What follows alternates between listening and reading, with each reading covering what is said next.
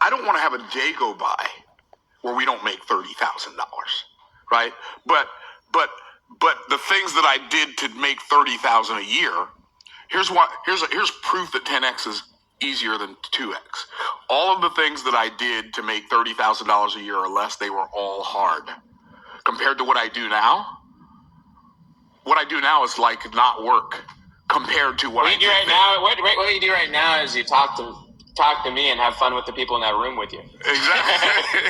Exactly. and travel around on your plane. Yeah, travel around on jets and write books and impact people's lives. But that's so much more. It's so much easier. I think the hard part for people, Doc, is not the 10x is not the hard part. Being willing to let go of that 80%. That's holding the new floor. Yes, that's the part that people struggle with. They don't struggle with doing any of the stuff that's going to produce the result they desire.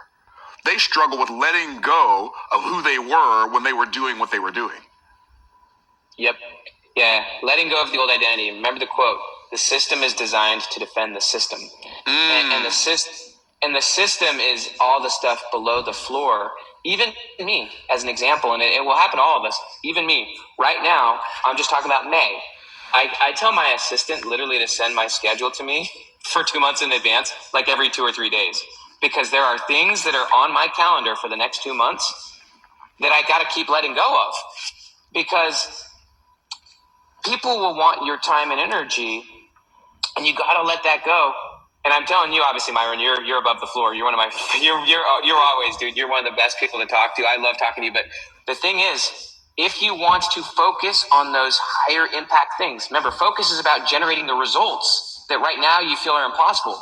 The only way for you to do that is for you to actually focus, and you got to stop allocating your energy on all the stuff that's trying to get you.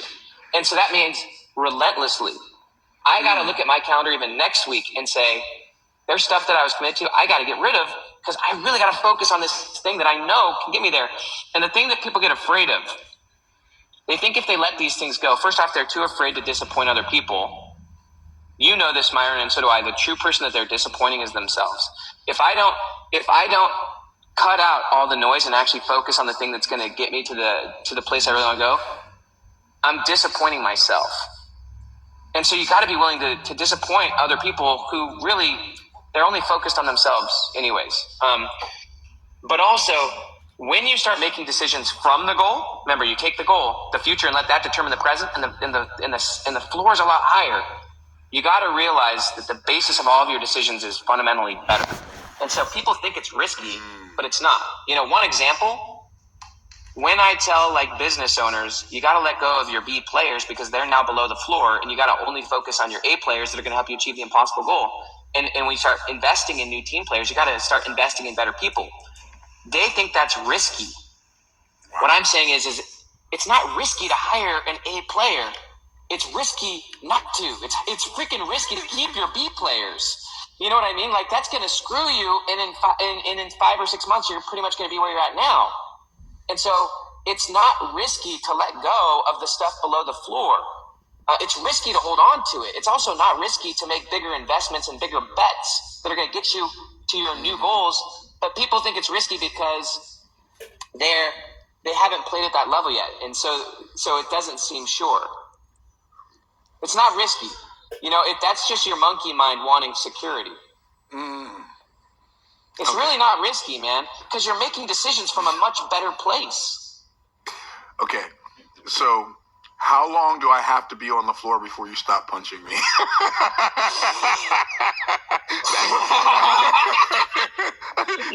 I feel like I'm in an MMA fight. I'm just down on the ground. I'm just like laying there and you're just pounding me. Oh, this is great. Here's what I have to say, guys. My man. So, guys, I'm telling you.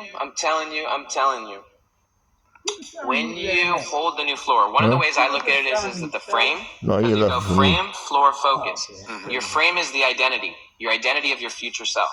The floor is what I'll call your character, or what you could call your integrity. Your floor, because that's what you do, is your integrity, right? If you keep going below the floor, then you're lying to yourself.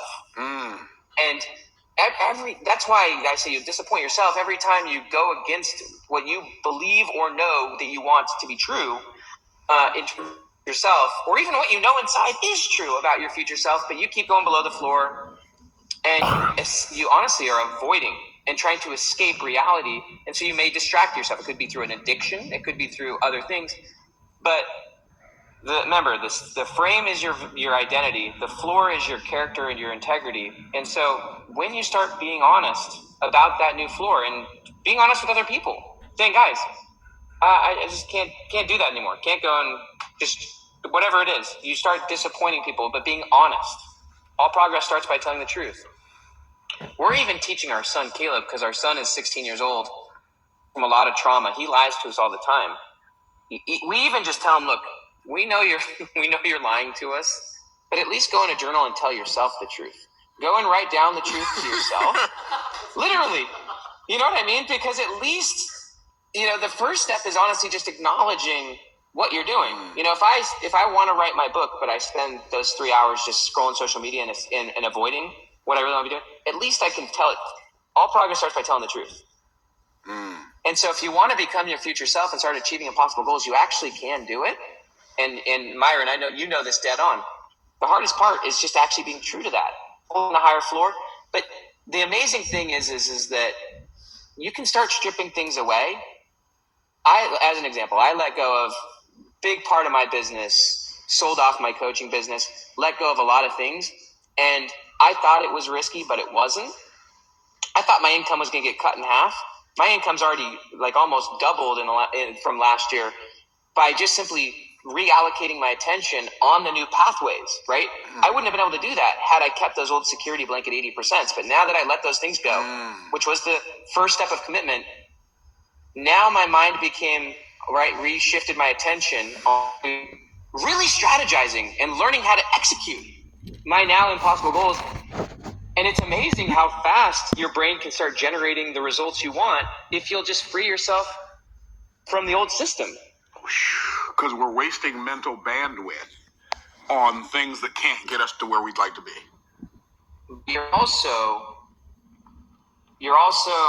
You miss what I'll call, and you'll know this because of your spiritual background, you're missing the power of the spirit because the lack of integrity. You keep going below, and so not only is your attention bottled up on we'll call 2x things versus the 10x huge upsides, but because you're holding on to these things out of fear, your deeper self is it's like a dim flame, right? Whereas when you let those things go and you really commit, not only are you focused on higher impact things and your mind can figure those things out, but your soul hits so much harder on those things because you're more committed that then it just becomes infinite. You're in the infinite game. And so things can just pop so much harder. So I'm thinking about all kinds of stuff here. So I'm going to give you an example that First off, Myron, I know that you achieve big goals. I want you to go for even bigger ones in 2024, and I know you can solve them on so many levels. Oh, no doubt. You already inspired me to so far in this conversation this morning. So an interesting illustration of what you said about the present determining the defining the past, right? As opposed to having the past define the present. I think that's a sign of maturity, and by maturity I mean the ability to respond responsibly instead of reacting irresponsibly, because those are the alternatives, right? Those are the opposite ends of the spectrum. So when somebody reacts, they're just basically doing a knee-jerk reaction to whatever the thing is that happened. So they're doing whatever comes natural. But responsibility, the word responsibility means to respond with ability, and the only way to respond with ability is to allow your present to determine your past. For instance, when I was a kid, I had polio as an infant, so I walk with a brace and a limp and all that stuff. Well, I've got 6 brothers. I'm the second of 7 sons, right? All of my brothers can run, but I can't run, right? All the kids that I went to school with, for the most part, they could all run. I couldn't run. So I was the odd